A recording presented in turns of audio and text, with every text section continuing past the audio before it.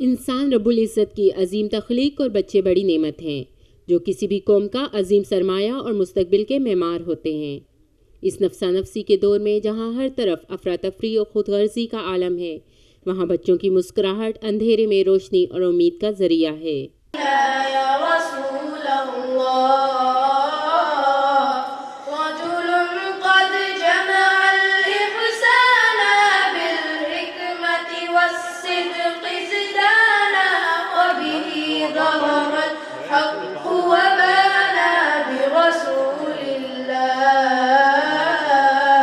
Of any system. I will request Sir Muin Akhtar to come up on the stage along with the proctors to impart their obligations to them. I can be a help to others who are less fortunate than I am.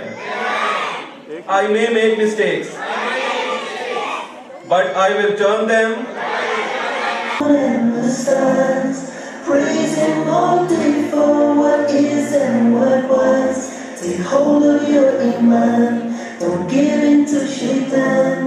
Oh, you who believe, please give us the one who loves the muhsinin. He is our creator, He is our sustainer, and He is the one who has power over all.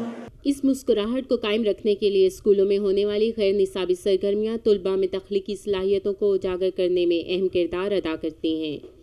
ऐसी ही एक तकरीब का इनेकाद M education system के ज़ेर एहतमाम sir Syed society में किया गया, जहाँ बच्चों के रंगारंग टेबलोस ने गुलशन का समा पैदा कर दिया। जो लोग सुन नहीं सकते उन इंग्लिश में क्या कहते हैं?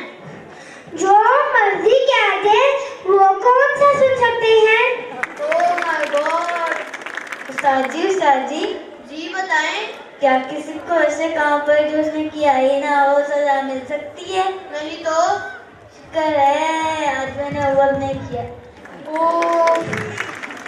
तकरीब का मकसद बच्चों में दुनिया की तख्लीक का शऊर और आगाही पैदा करना था और समझाना था कि दुनिया की तख्लीक बेमायनी नहीं और कुरान मजीद रश्द व हदायत का सामान, ज़िंदगी का दस्तूर रह